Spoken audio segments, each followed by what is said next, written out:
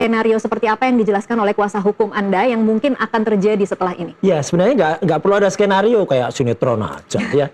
Tapi ini kan sudah saya prediksikan. Coba lihat rekaman-rekamannya. Mungkin Nusantara TV punya nggak ya? Dulu saya mengatakan ketika dilimpahkan pada tanggal 13 Januari yang lalu, dan itu namanya P18, jadi dari kepolisian dilimpahkan ke kejaksaan, saya waktu itu sudah bilang, nggak akan P21.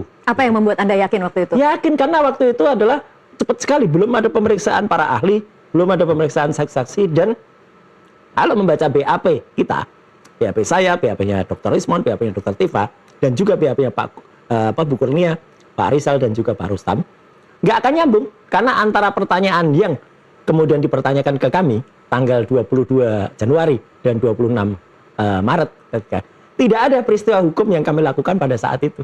Jadi nggak boleh dia mengarang lagi, lokus dan tempusnya saja salah, ya. Dan kemudian kami ditanyakan peristiwa yang kami tidak ada di situ.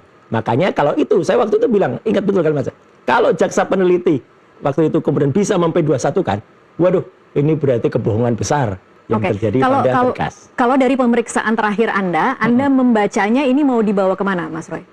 Ya, kan dari petunjuk yang tadi saya dengar, yang tadi dibaca oleh Pak Budi, ya selaku Kabid Humas, kan memang dari kejaksaan minta diperbanyak lagi saksinya. Sekarang coba Mbak Tasya dan pemirsa Nusantara TV, betapa konyolnya. Katanya sudah memeriksa 120-an saksi. Ya, nih kalau saya ada catatannya ya, Mas Roy. 130 saksi, menyita 17 barang bukti, ada 709 dokumen, ada 22 keterangan ahli.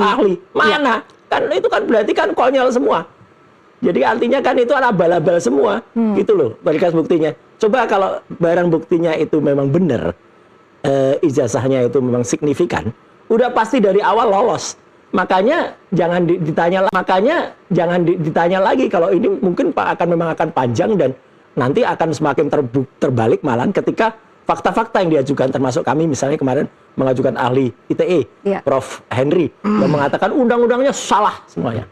Undang-undang ITE ini kan nggak bisa dipakai. Pasal 32 dan 35 itu salah besar. Ini untuk transaksi elektronik.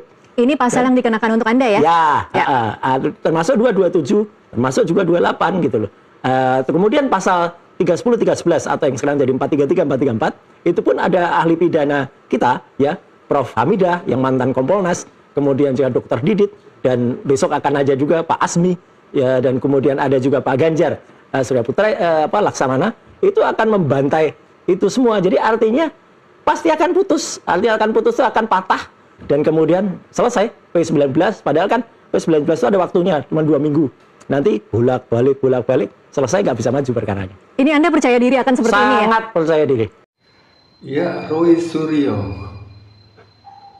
nampaknya mendapat angin segar setelah adanya P19 ini. Ia mengatakan bahwa dengan adanya P19 ini berarti bukti yang 700 itu dan 130 ahli yang selama ini digembor-gemborkan adalah zong. Katanya, tetapi perlu kita pahami bahwa dari tahap penyelidikan, penyidikan, dan sampai penetapan tersangka itu karena adanya satu atau dua unsur yang memenuhi itu. Jadi kalau dikatakan buktinya zong itu sangat-sangat keliru. Karena mana mungkin statusnya berubah jadi tersangka tanpa ada dasar yang jelas. Kira-kira begitu. Nah, untuk P19 ini saya kira adalah hal yang biasa, apalagi penyidik mengatakan setelah permintaan jaksa terpenuhi, berkasnya akan dikirim kembali. Dan pada saat itu tentunya ketika jaksa melihat dan penyidik sudah memenuhi itu, maka pasti terjadilah P21. Jadi saya kira begitu. Untuk tanggapan lebih lanjut, mari kita dengarkan tanggapan dari Bung Andi Aswang berikut ini. Oke, Pak Andi tanggapannya. Ya, kalau itu Biasanya kan kalau P19 terus ke P21 ya kan, biasanya sih ya kalau itu nggak langsung ke P21. Biasanya kan ada kembali dulu ya prosedur-prosedur yang dijalankan. Tapi kalau Anda memaknai pasal 32 dan 35 ini sebenarnya salah alamat ke Mas Roy dan teman-teman? Ya, saya nggak bisa masuk ke arah itu karena itu sudah materi penyidik ya. Jadi biarlah penyidik yang menilai apakah itu masuk atau tidak. Kalau Mas Roy mengatakan itu tidak masuk, itu salah, itu kan hak beliau untuk mengatakan itu. Karena penyidik kan sudah melakukan itu, menerapkan pasal itu bahwa terjadi, berarti dia punya alasan-alasan dan punya evidence ya yang menguatkan penyidik untuk melimpahkan bahwasannya masuk mens rea-nya di pasal tersebut. Tapi yang jelas bahwasannya ini kan masih berproses lah ya. Kalau kita lihat itu bahwasannya memang saksi ahlinya kan belum selesai untuk diperiksa ya. Jadi bagian itunya diakui sama lah ya. Ya kalau menurut saya sih dari situ ya kita lihat, karena saksi ahli, kemudian juga yang dari klaster 1 kan baru kemarin itu juga diperiksa untuk itu ya. Jadi kalau misalnya ada kembali seperti itu hal yang suatu yang biasa gitu loh. Memang akan dilengkapi, kan juga dikatakan juga akan dilengkapi semuanya ya, permintaan-permintaan dari apa yang kekurangan-kekurangan dari P19 itu. Sehingga semuanya terakomodir, semuanya menjadi suatu kesatuan yang bulat ya, yang tidak usah lagi kembali lagi nantinya gitu. Tinggal bagaimana jaksa dari peneliti ya itu bisa melihat bahwa ini sudah P21 apa belum, dan kami sih berharap bahwasanya ini dapat segera dituntaskan gitu kan, biar tidak panjang-panjang karena kalau selalu panjang ini semua jenuh juga gitu loh. Semua bicaranya jangan panjang-panjang, tapi kita di sini di media juga sudah mengurus kasus ini cukup panjang dan kayak berputar-putar.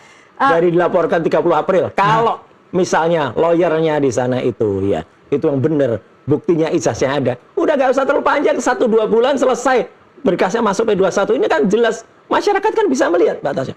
Udah ratusan barang bukti, ahlinya katanya ada 22, tapi ternyata ahlinya abal-abal lagi, ahli ITE-nya ternyata konyol, gak bisa menerjemahkan undang-undang ITE, ahli digital forensiknya ternyata konyol juga, gak bisa membaca itu digital apa enggak, kan konyol banget. Makanya kita patahkan semua, kita hadirkan ahli yang benar ahli kayak Prof. Tono Saksono, Dr. Rido, ya kemudian juga ahli-ahli yang lain gitu loh. Dan saksi-saksinya pun kita hadirkan saksi yang benar-benar ngerti desa Ketoyan itu seperti apa, kemudian juga komunitas Boyolali itu kayak apa, di Solo itu apa, itu Mbak. Jadi makin jadi memang sih kalau begitu kan wajar lah ya, namanya juga pihak tersangka untuk mendefend, untuk bela diri, memang harus melengkapi semua dokumen-dokumen yang ada.